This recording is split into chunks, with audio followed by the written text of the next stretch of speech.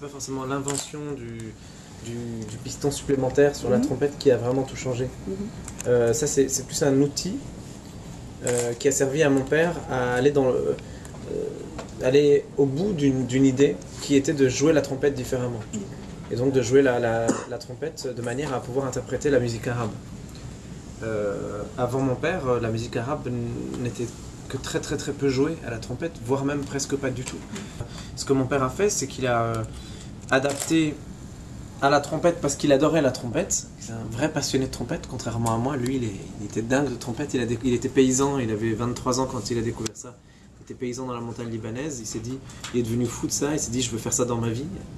Et il a quitté le Liban sur un coup de tête. Il est parti en France pour étudier ça. Vraiment, donc, il était amoureux de ça. Mais ce qu'il voulait, c'était pouvoir jouer cet instrument, mais pour jouer comme lui chantait, c'est-à-dire dans la traduction vocale arabe. Et il s'est rendu compte que c'était pas possible. Donc il a changé sa manière de jouer déjà.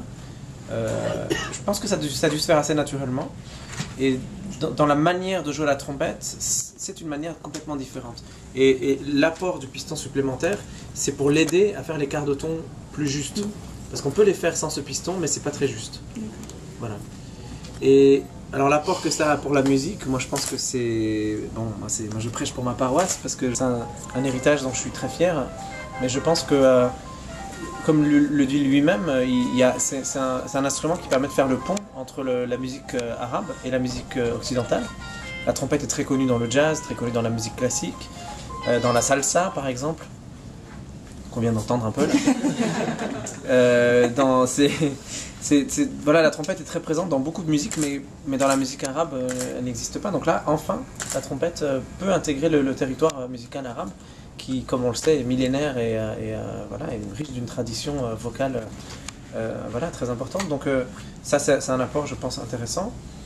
Et puis après, je pense que c'est une petite goutte, c'est une petite pierre dans l'édifice musical du monde. Je pense que j'ai la chance d'avoir eu cet instrument et de pouvoir exprimer ce que j'ai à dire, comme tout le monde, mon malaise, mon mal-être d'être humain, on a tous ça, à travers quelque chose de nouveau. Voilà, de ne pas avoir à recycler quelque chose qui existe déjà, mais d'avoir d'un seul coup une matière nouvelle, une matière première que personne n'a découverte avant, et d'être en train d'exploiter tout ça. C'est une chance, c'est un peu comme un petit trésor. Quand il a inventé cet instrument, la première chose qu'il a faite, d'ailleurs il a inventé cet instrument chez un fabricant en lui disant, si ça marche, j'aimerais que vous en fassiez plein, et que le monde entier découvre cet instrument et que tous les trompettistes du monde ne jouent plus les trompettes à 3 pistons mais à 4, même des musiciens classiques, même des musiciens de jazz. Comme ça, ils ont la possibilité, s'ils veulent, de jouer les quarts de ton, qui d'ailleurs est intéressante aussi pour la musique contemporaine et pour plein d'autres choses. Mais malheureusement, les fabricants ont estimé que personne n'achèterait cette trompette à part mon père. Seulement là, je pense que c'est lié peut-être un peu au succès de ma musique et de ce que je fais un peu, parce qu'on fait des tournées un peu partout dans le monde, et donc les gens commencent à en parler.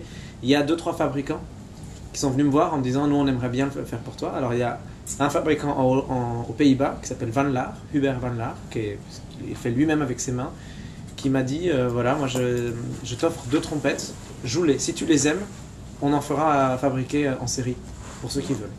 Et donc je suis en train de les tester depuis 3-4 mois. Et elles sont extraordinaires. Et j'ai pas d'épargne, hein, je gagne pas d'argent dessus.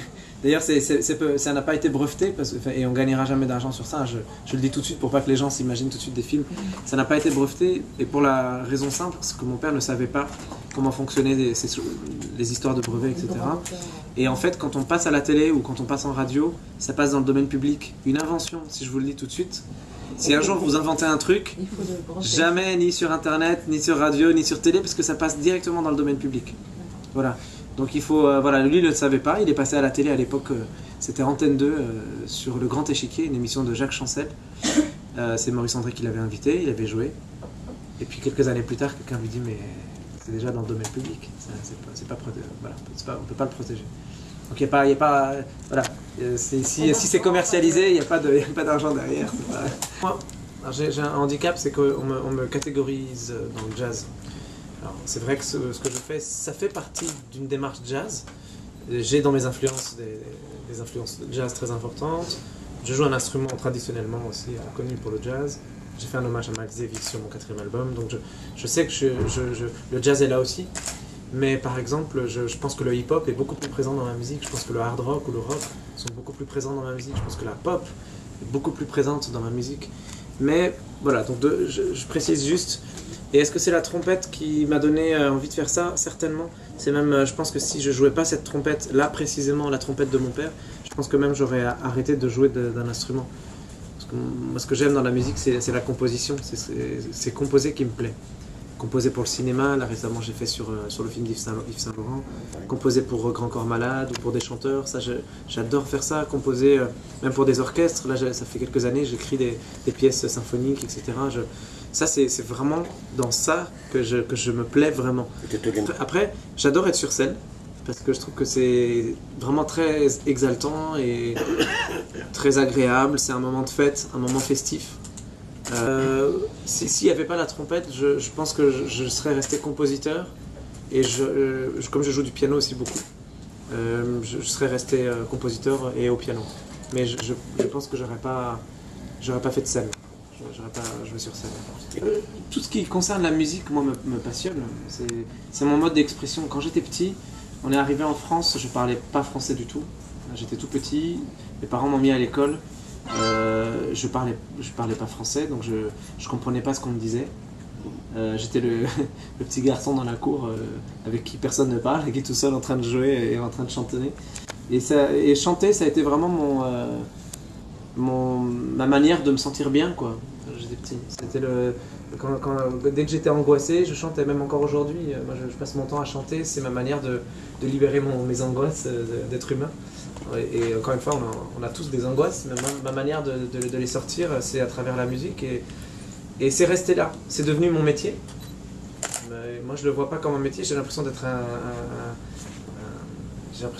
énorme escroc, de vivre de ma musique. C'est-à-dire tout à l'heure, je parlais avec un journaliste et je disais, quand on était tous petits, les filles plus avec les poupées, enfin pas que, et les garçons avec les petites voitures, mais on faisait tous je vais rentrer dans le garage et je vais sortir la petite personne. Voilà, et en fait j'ai l'impression de continuer à faire ça, mais de manière professionnelle. Donc vraiment j'ai l'impression d'avoir une chance inouïe de vivre ça, et je culpabilise assez pour du coup travailler beaucoup. Et c'est pour ça que je fais beaucoup de choses. Et d'ailleurs je pense qu'une des choses qui me permet de culpabiliser encore moins, si j'ose dire, c'est que j'enseigne. Et dans ma famille, l'enseignement a toujours eu une place très importante. Je ne sais pas si vous avez lu Origine de mon oncle, qui est un livre qui parle de nos ancêtres. Et il raconte comment, il y a 3-4 siècles, mes ancêtres, mes anciens, mes arrière-grands ont créé les premières écoles dans nos villages au Liban. Et depuis, toute la lignée, on est dans l'enseignement. Et moi, à 17 ans, la première chose que j'ai pensé faire quand je voulais gagner de l'argent, alors j'ai vendu des journaux aussi, parce que c'était difficile, mais j'ai donné des cours, de trompette. Et c'est comme ça que j'ai pu payer mon loyer et vivre correctement, à peu près correctement. Et j'ai jamais quitté ça. J'ai très vite été engagé dans un conservatoire, puis dans un autre un peu plus prestigieux. Et maintenant, donc j'ai quitté le poste d'enseignant de trompette pour enseigner. Parce que j'avais presque plus de temps, enfin j'avais vraiment plus beaucoup de temps pour l'enseignement, et je m'étais dit bon, je veux continuer à enseigner, et là j'ai plus le temps de faire ça, donc il faut que je trouve une manière d'enseigner qui continue à être qui continue pour moi d'être essentielle à ma construction. Donc j'ai décidé d'enseigner la chose qui me tient le plus à cœur dans la musique, c'est l'improvisation. J'enseigne à des futurs musiciens professionnels de musique classique à se libérer de la partition.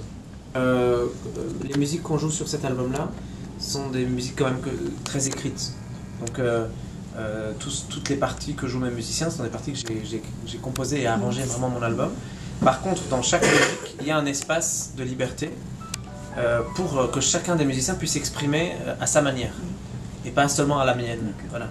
Et donc, si vous voulez, c'est comme si je reçois les musiciens dans ma maison, dans mon lieu.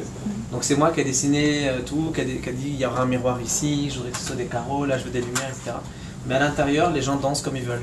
Voilà. Il y a beaucoup de gens qui disent par exemple, parce que quand même on a fait 2 heures de concert, 1h30, 2 heures de concert, et les gens viennent me voir et ils me disent vous êtes de la famille de Amin Maalouf? Je dis oui. Ah bravo, le concert était super.